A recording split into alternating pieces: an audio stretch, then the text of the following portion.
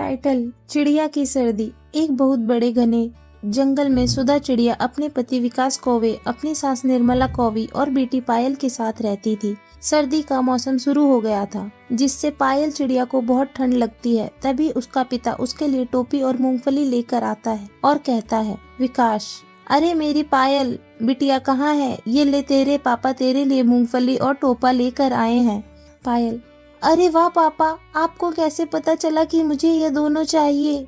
विकास, बेटा मैं तेरा पिता हूँ, तेरे कहने से पहले ही मुझे पता चल जाता है कि तुझे क्या चाहिए, मेरी बेटी को क्या खाना है। ये लो माँ, आपके लिए रेवड़ी। और सुधा, तुम्हें भुट्टे पसंद है ना? ये लो।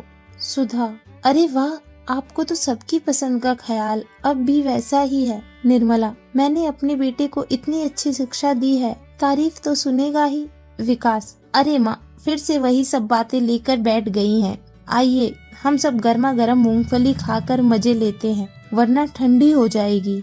इस तरह वह सब एक साथ बैठकर मूंगफली खाते हैं और उस टोपे को पहन लेती है। वक्त गुजरता है। अचानक से विकास की तबीयत बहुत ही खराब हो जाती है, जिससे वह मर जाता है। तभी अपने बच्चे की ऐसी हालत देखकर निर्मला कहती है, निर्मला, हे भगवान, मेरे बच्चे को ये क्या हो गया है? इतनी रात को ये कहाँ गया था ठंड में? पायल, दादी पापा मेरे लिए आज भी मूंगफली लेने गए थे। निर्मला, क्या इतनी रात में तुझे मूंगफली खाने की पड़ी थी? तेरी वजह से मेरा बेटा मूंगफली लेने बाहर गया होता और ना उसका ये हाल हुआ होता। अब मैं तुझे और बर्दाश्त नहीं करूंगी। जा, निकल जा मेरे घर से। बच्चों को भी यहाँ से ले जाइयो।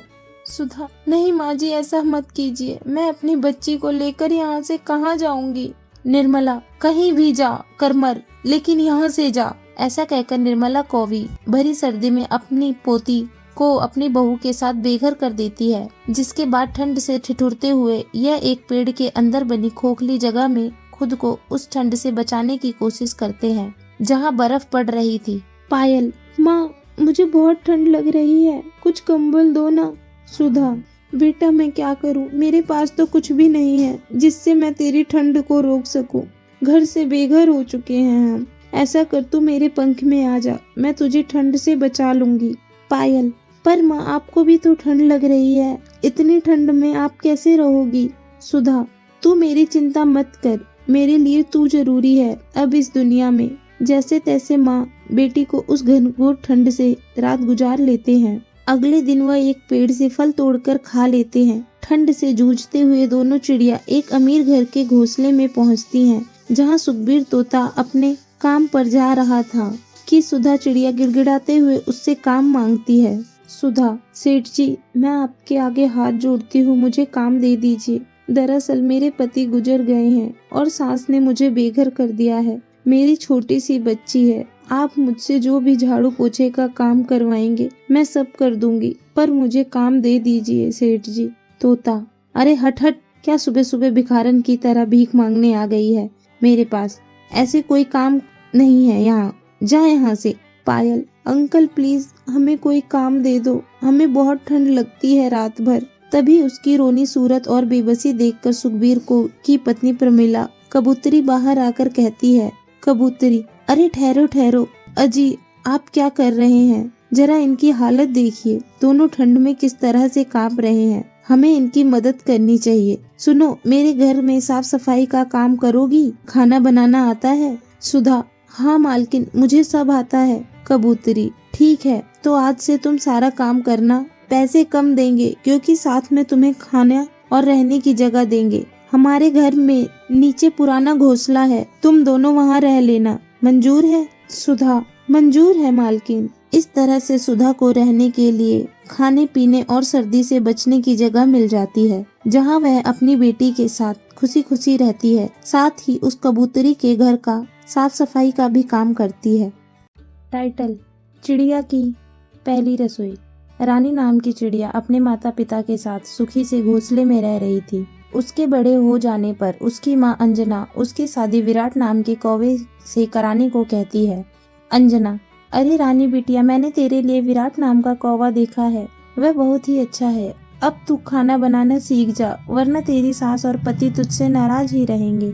रानी, अरे माँ, आप जब देखो तब आप खाना बनाने को कहती रहती हो, मैं बाहर जोमेटो और स्विगी से ऑर्डर करके मंगा दूंगी। बनाना जरूरी है क्या? अंजना, बेटा बहुत जरूरी है खाना बनाना। जब तक तू अपने हाथों से बनाकर नहीं खिलाएगी तब तक वैसा तेरी तारीफ कैसे करेंगे? और सुन, पति को खुश करने का तो तरीका उसके पेटों से होकर ही गुजरता है। तू जब तक अपने पति को अच्छा अच्छा खाना नहीं खिलाएगी वो तेरी उंगलियों पे कैसे नाचेगा? रानी, ठीक है माँ, आप कहती हो तो मैं खाना बनाना सीखूंगी। तो आप मुझे बताओ कि आप मुझे क्या क्या सिखाओगी? अंजना, मैं तुझसे आज पहली रसोई का खाना बनाना सिखाऊंगी जो तेरी सास तुझे अपनी पहली रसोई में बनवाएगी। तू यही बना देना। रानी, ठीक है माँ। यह कहकर अंजना अपनी बेटी को वो पहली रसोई का खाना बनाना सिखाती है, जिसे बनाने के बाद वो कहती है, रानी, माँ, इस गाजर के हलवे की खुशबू तो बहुत ही अच्छी आ रही है। कैसा बनाया होगा मैंने? अंजना, मैंने सिखाया है तो अच्छा ही बनाएगी ना, अभी चख कर बताती हूँ।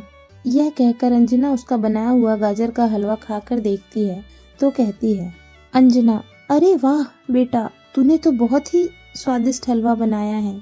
अब तो शादी के कुछ ही दिन बचे हैं, मैं तुझे सब सिखा दूंगी धीरे धीरे। रानी, हाँ माँ। कुछ ही दिनों में अंजना चिड़िया अपनी बेटी को सारा ही खाना बनाना सिखा देती है, लेकिन वो बीच बीच में खाना डालने वाला सामान कभी कभी भूल जाती थी। जहाँ एक तरफ शादी की तैयारियां और नाच गाना चल रहा था, वहीं अंजना उससे बीच बीच में खाना बनवाती थी।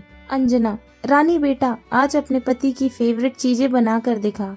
रानी, ठीक है माँ, मैं पालक पनीर, मलाई कोफ्ता, पूड़ी और रसमलाई आज बनाकर दिखाती हूँ।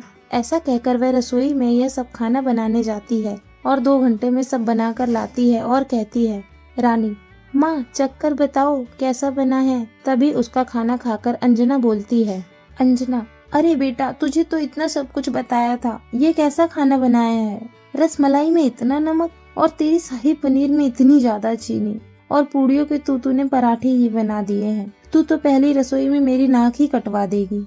रानी, माँ, मैंने बहुत सोचकर याद करके खाना बनाया था, पता नहीं मुझसे ये सारी गलतियाँ कैसे हो गई।